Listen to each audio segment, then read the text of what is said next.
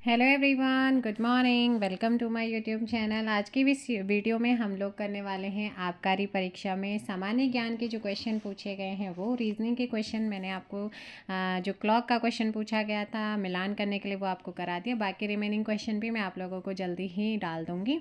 तो यहाँ पर जो है वो है जीएस के क्वेश्चन। जीएस में फर्स्ट है कंप्यूटर का क्वेश्चन। MS वर्ड में लेआउट का डिफ़ॉल्ट दृश्य कौन सा है?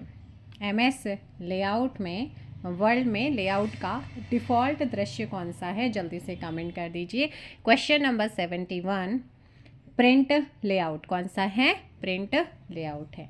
निम्न में से कौन सी प्राथमिक चट्टानें हैं? प्राथमिक चट्टानें कौन सी होती हैं? रूपांतरित चट्टानें, अवसादी चट्टानें, आग्नेय चट्टानें या फिर क्ले चट्टानें। यहाँ पर करेक्ट आंसर होगा आग्नेय चट्टानें। किसने कहा कि भारतीय राष्ट्रीय कांग्रेस की स्थापना भारत में ब्रिटिश शासन के लिए सेफ्टी वॉल्व के रूप में कार्य करने के लिए की गई थी? किसने कहा था ये कि भारतीय राष्ट्रीय कांग्रेस की स्थापना भारत में ब्रिटिश शासन के लिए सेफ्टी वॉल्व के रूप में कार्य करने के लिए की गई थी? लाला लाजपत राय। ऑप्शन सी आपका यहाँ पे सही होगा। नेक्स्ट क्वेश्चन है, निम्नलिखित कथनों पर विचार कीजिए, तत्पश्चात नीचे दिए गए कोटों में से सही उत्तर का आपने चयन करना है। तो देखो भाई, ब्रिटिश सरकार ने 1878 में वर्नाक्यूलर प्रेस अधिनियम पारित किया। क्या ये सही है? जल्दी बताइएगा। जी हाँ, बिल्कुल सही।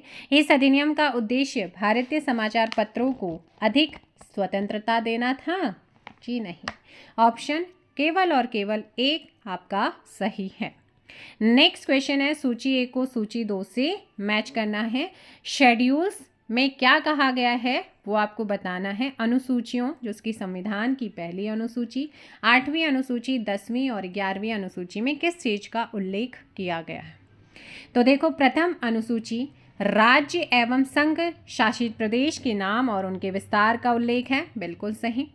8वीं अनुसूची भारतीय भाषाओं से संबंधित है, तो यहाँ पर आप सभी जानते हैं, तो यहाँ पर हो जाएगा थर्ड। ठीक है।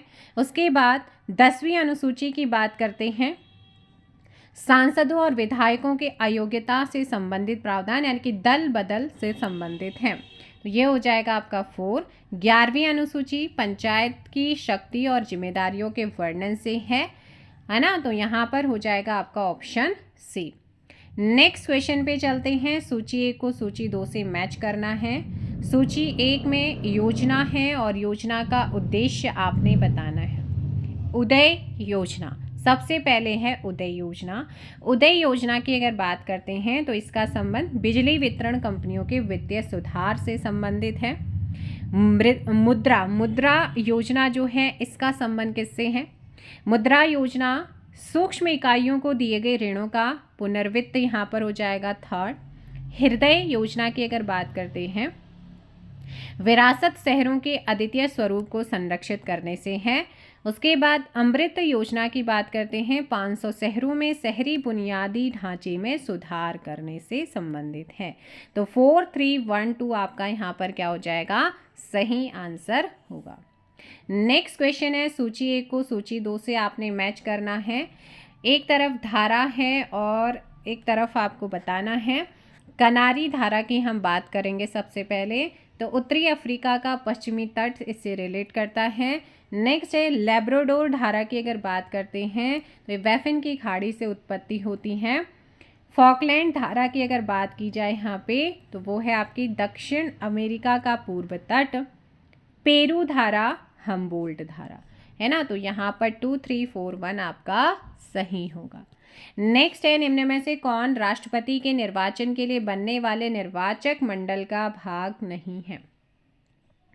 दिल्ली व पुडुचेरी की विधानसभाओं के निर्वाचित सदस्य होते हैं, राज्यसभा के निर्वाचित होते हैं और राज्यों की विधानसभाओं के निर्वाचित होते हैं, लेकिन राज्य विधान परिषदों के निर्वाचित सदस्य इसका हिस्सा नहीं होते। Next question, AI tool chat GPT को किस कंपनी के द्वारा डेवलप किया गया? AI टूल चैट GPT को किस कंपनी के द्वारा विकसित किया गया है? ओपन AI के द्वारा। ऑप्शन हो जाएगा यहाँ पे सी। पश्चिमी घाट कहे जाते हैं, पश्चिमी घाट कहे जाते हैं। तो ये सह्याद्री को ही पश्चिमी घाट को ही सह्याद्री के नाम से जानते हैं।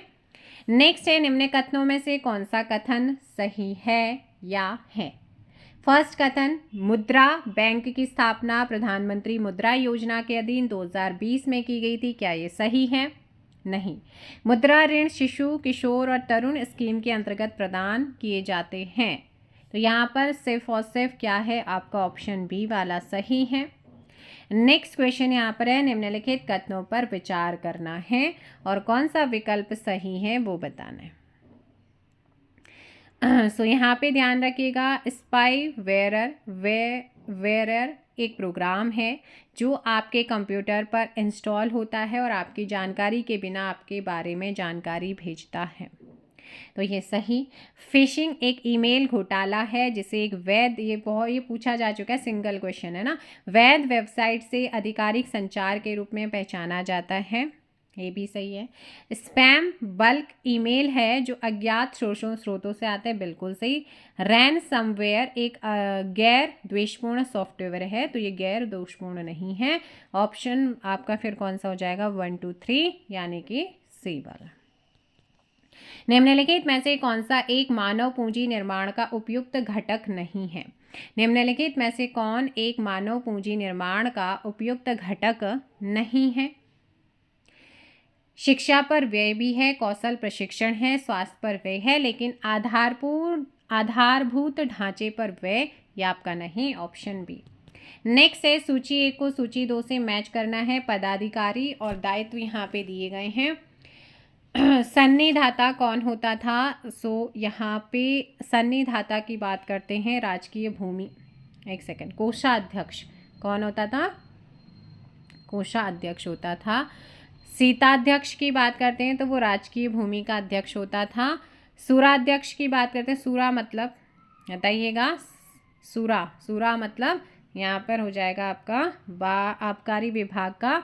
पोतवा अध्यक्ष की बात करते हैं तो वो है बार माप विभाग का अध्यक्ष। तो ऐसे में ऑप्शन हो जाएगा आपका डी। नेक्स्ट क्वेश्चन है, निम्नलिखित में कौन सही सुमेलित है? देखो, जो बैंक दर है वो आर्थिक नीति है, कर भी एक आर्थिक नीति है, रेपो दर एक जल्दी बताओ, जनसंख्या, कौन सा सही है? एक सेकेंड, जो आपकी सही है बताना है। तो बैंक दर मौद्रिक नीति होती है, कर मतलब आर्थिक में ही आती है एक तरीके से, कर राजकोषीय नीति होती है। तो यहाँ पर फिर कौन सा हो जाएगा आपका? ए वाला सही होगा, ठीक है ना, ए वाला सही होगा। निम्नलिखित में से कौन सा कथन क्या है? गलत है, गलत कथन बताना है। तो देखो, नीति आयोग का कार्य सहकारी एवं प्रतियोगितापूर्ण संघवाद को बढ़ावा देना है। कथन 2, नीति आयोग का कार्य केंद्रीयकृत योजना को बढ़ाए, तो ये वाला तो नहीं होता है, ऑप्शन ए वाला सही है, लेकिन ये वाला गलत बताना था, केवल सेकंड वाला गलत है। एक ही वेब पेज पर बार बार आने के लिए इंटरनेट उपयोगकर्ताओं की वेबसाइट प्राथमिकताओं को संग्रहित करने के लिए उपयोग की जाने वाली एक छोटी टेक्स्ट फाइल।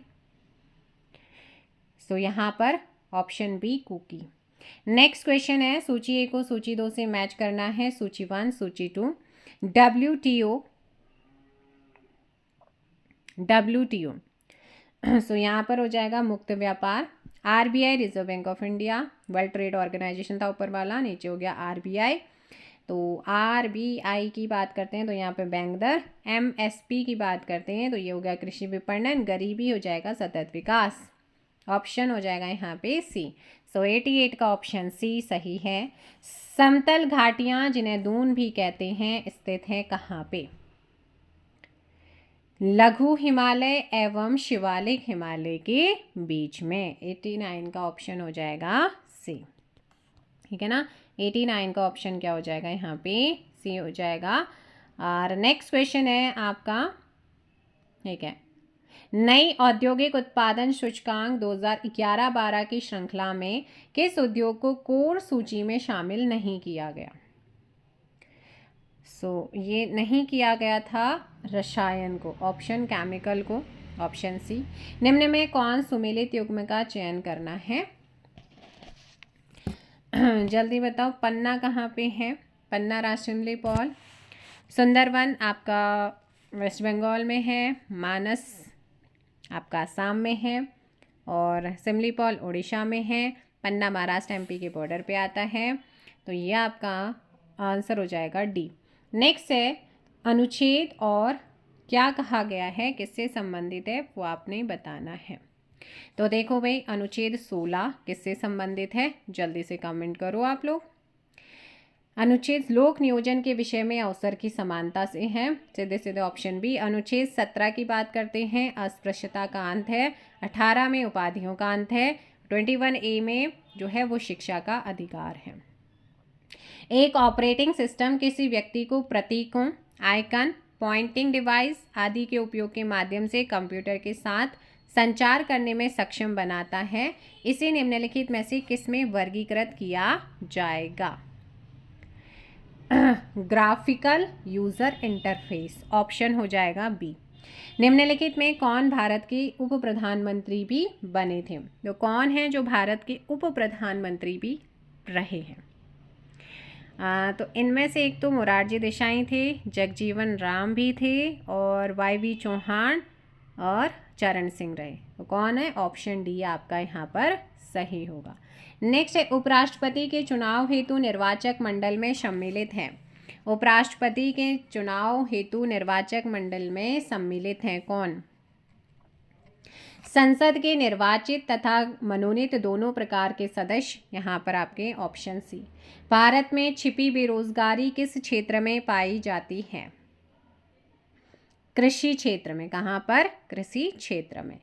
निम्न में कौन सा युग्म सही नहीं है? तो कौन सी जो है वो सही नहीं है? तो देखो, खरीफ प्रमुख फसल चावल, मक्का, ज्वार, बाजरा, कपास, रबी में गेहूं, जौ, ये सारी चीज़ें आती, जायद में भी सारे आते हैं। मिश्रित में कृषि उत्पादन के बिना पशुपालन, तो मिश्रित में सब कुछ मिश्रित होता है, तो कृषि उत्पादन के बिना पशुपालन, तो ऑप्शन ये वाला गलत है। नेक्स्ट क्वेश्चन, सूची 1 को सूची 2 से मैच करना है। आपके यहाँ पे हड़प्पन स्थल और वहाँ से क्या क्या चीज़ें प्राप्त हुई हैं। तो लोथल एक क्या था, जल्दी बताइएगा, आप सभी को पता है। लोथल एक पोदगा यानी कि बंदरगाह था। हड़प्पन सिविलाइजेशन जो कि एक अर्बन सिविलाइजेशन थी। कालीबंगा की हम बात करते हैं, कालीबंगा आपको ध्यान रखना है, जुता हुआ खेत यानी कि हल्के साक्ष्य मिले हैं। धौलावीरा से बात करते हैं तो हड़प्पा कालीन लिपि के 10 विशाल आकार के सकेत समाविष्ट करने वाला शिलालेख मिला है यहाँ से। बनावली की बात करते हैं तो बनावली से हल्की टेराकोटा यहाँ से मिला है। यहाँ पर आ जाएगा 2143 ऑप्शन बी।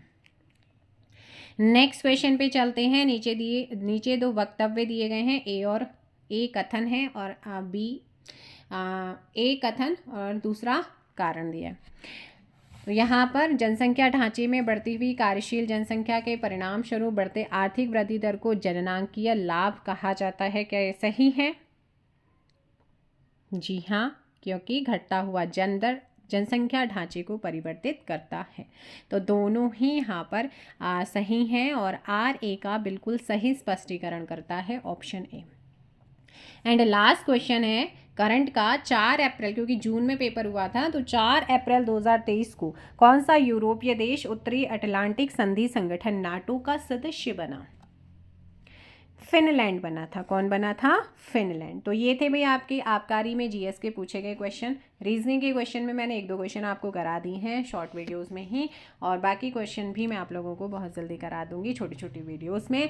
मिलेंगे नेक्स्ट वीडियो में। Thank you so much, bye bye, take care, जय हिंद, जय भारत, जय उत्तराखंड।